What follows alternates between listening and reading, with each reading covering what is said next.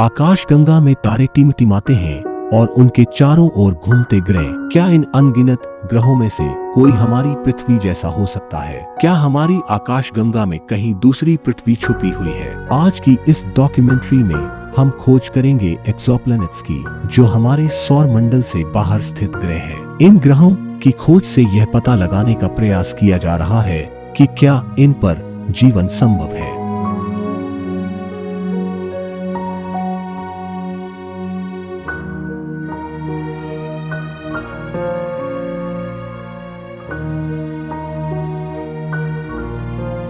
हमारी यात्रा शुरू होती है 1985 से, जब खगोलविदों ने पहला एक्सोप्लैनेट खोजा था। यह तारा 51 पेगासी बी के चारों ओर घूम रहा था। तब से अब तक हजारों एक्सोप्लैनेट्स की खोज की जा चुकी है, लेकिन इनमें से कितने ग्रह ऐसे हैं जो हमारी पृथ्वी जैसे हो सकते हैं? इसके लिए वैज्ञानिक गोल्डिलॉक्स जोन की तलाश कर रहे हैं। गोल्डिलॉक्स जोन वह क्षेत्र है जहां तापमान न तो बहुत ज्यादा होता है और न ही बहुत कम। इस क्षेत्र में ग्रह पर तरल पानी मौजूद हो सकता है, जो जीवन के लिए आवश्यक है। केपलर स्पेस टेलीस्कोप ने इस खोज में महत्वपूर्ण भूमिका निभाई है। इसने हजारों संभावित एक्सोप्लैनेट्स को खोजा है, जिनमें से कई गोल्डिलॉक्स जोन में स्थित है। इनमें से एक प्रमुख ग्रह है केपलर 452b। यह ग्रह हमारी पृथ्वी जैसा दिखता है और एक तारे के गोल्डिलॉक्स जोन में स्थित है। लेकिन क्या केवल पानी की उपस्थिति से जीवन संभव है?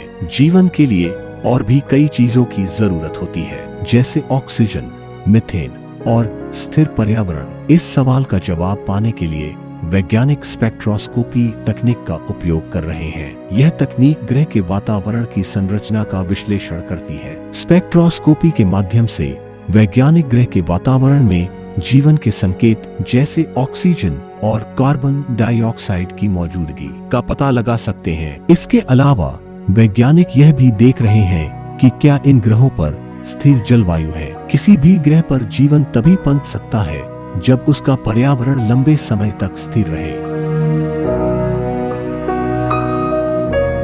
अब बात करते हैं एक और दिलचस्प खोज की। प्रोक्सिमा सेंटोरी बी नामक ग्रह, जो हमारी पृथ्वी के सबसे नजदीकी तारे के चारों ओर घूम रहा है। प्रोक्सिमा सेंटोरी बी गोल्डिलॉक्स जोन में स्थित है और आकार में लगभग हमारी पृथ्वी जैसा है, लेकिन इस पर जीवन की संभावना को लेकर वैज्ञानिकों के बीच मतभेद है। कुछ वैज्ञानिक मानते हैं कि इस ग्रह पर जीवन संभव हो सकता है, जबकि अन्य का कहना है कि इसकी सतह पर रेडिएशन बहुत ज्यादा है। अब सवाल यह उठता है कि क्या हम कभी इन ग्रहों तक पहुंच सकते हैं? क्या हम इन ग्रहों पर जाकर वहां जीवन की खोज कर सकते हैं? इसके लिए वैज्ञानिक इंटरस्टेलर ट्रैवल की संभावनाओं पर काम कर रहे हैं, लेकिन मौजूदा तकनीक के साथ इन ग्रहों तक पहुंचने में हजारों साल लग सकते हैं। फिर भी नई तकनीकों के विकास से यह समय कम हो सकता है।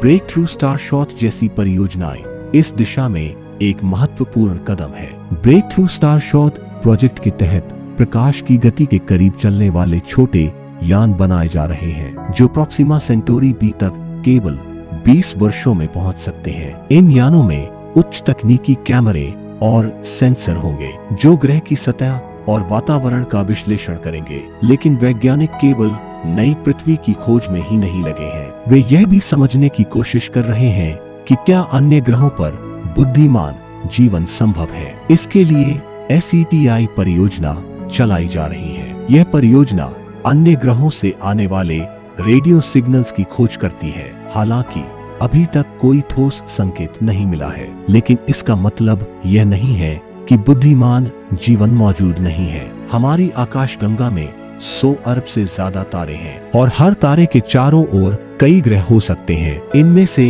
कितने ग्रह गोल्डिलॉक्स जोन में हैं? वैज्ञानिकों का मानना है कि हमारी आकाशगंगा में कम से कम 300 मिलियन ग्रह ऐसे हो सकते हैं जो पृथ्वी जैसे हो। यह संख्या बहुत बड़ी है। इसका मतलब है कि जीवन के लिए अनुकूल ग्रह खोजना असंभव नहीं है। लेकिन जीवन केवल भौतिक स्थितियों पर निर्भर नहीं करता। इसमें जैविक और रासायनिक प्रक्रियाओं की भी भूमिका होती है। यह सोचने पर मजबूर करता है कि क्या हमारी पृथ्वी पर जीवन अद्वितीय है या यह केवल ब्रह्मांड में मौजूद सामान्य प्रक्रिया का एक हिस्सा है। अगर हमारी आकाशगंगा में दूसरी पृथ्वी है तो यह इंसान के लिए क्या मायने रखेगा। यह हमें अपनी पृथ्वी के प्रति और अधिक जिम्मेदारी सिखा सकता है। दूसरी पृथ्वी की खोज हमें यह समझने में मदद कर सकती है कि हमारा अस्तित्व कितना अनमोल है। इसके साथ ही यह ब्रह्मांड में हमारे स्थान को बेहतर तरीके से परिभाषित कर सकता है। हमारी खोज जारी है और हर नए एक्सोप्लैनेट के साथ हम इस गुड सवाल के और करीब पहुंच रहे हैं। हमारी खोज का अगला पड़ाव TRAPPIST एक सिस्टम है। इस तारे के चारों ओर 7 ग्रह घूम रहे हैं, जिनमें से 3 ग्रह गोल्डिलोकस जोन में हैं। TRAPPIST एक के ग्रह आकार में पृथ्वी के समान है और उनके सतह पर पानी मौजूद हो सकता है। वैज्ञानिक मानते हैं कि ये ग्रह जीवन के लिए सबसे उपयुक्त उम्मीदवार हो सकते हैं। अब बात करते हैं जेम्स वेब स्पेस टेलीस्कोप की। यह आधुनिक टेलीस्कोप TRAPPIST एक के ग्रहों के वातावरण का विश्लेषण करने में सक्षम है। जेम्स वेब स्पेस टेलीस्कोप ने इन ग्रहों के वायुमंडल में कार्बन डाइऑक्साइड और जलवाष्प के संकेत खोजे हैं। ये संकेत जीवन की संभावना को मजबूत करते हैं। लेकिन TRAPPIST एक का तारा बहुत छोटा और ठंडा है। इससे यह सवाल उठता है कि क्या इसका रेडिएशन इन ग्रहों पर जीवन को प्रभावित कर सकता है। वैज्ञानिक इन सवालों के जवाब खोजने के लिए कंप्यूटर सिमुलेशंस का उपयोग कर रहे हैं। ये सिमुलेशन बताते हैं कि क्या इन ग्रहों की सतह पर जीवन संभव हो सकता है। अब हम बात करते हैं केपलर 186f की। यह पहला पृथ्वी जैसा ग्रह था जिसे गोल्डिलॉक्स जोन में खोजा गया था। केपलर 186f की सतह का रंग लाल हो सकता है क्योंकि यह एक लाल बौने तारे के चारों ओर घूम रहा है। वैज्ञानिक मानते हैं कि लाल बौने तारे के चारों ओर के ग्रहों पर जीवन पनप सकता है, लेकिन इनकी जलवायु पृथ्वी से बहुत अलग हो सकती है। अब बात करते हैं GJ1214b की। यह एक वाटर वर्ल्ड ग्रह हो सकता है जिसकी सतह पूरी तरह से पानी से ढकी हो सकती है। ऐसे ग्रहों पर जीवन के लिए पूरी तरह से अलग परिस्थितियां हो सकती है। क्या ऐसे ग्रहों पर जीव जलीय रूप में हो सकते हैं? एक और संभावित ग्रह केपलर 22b है।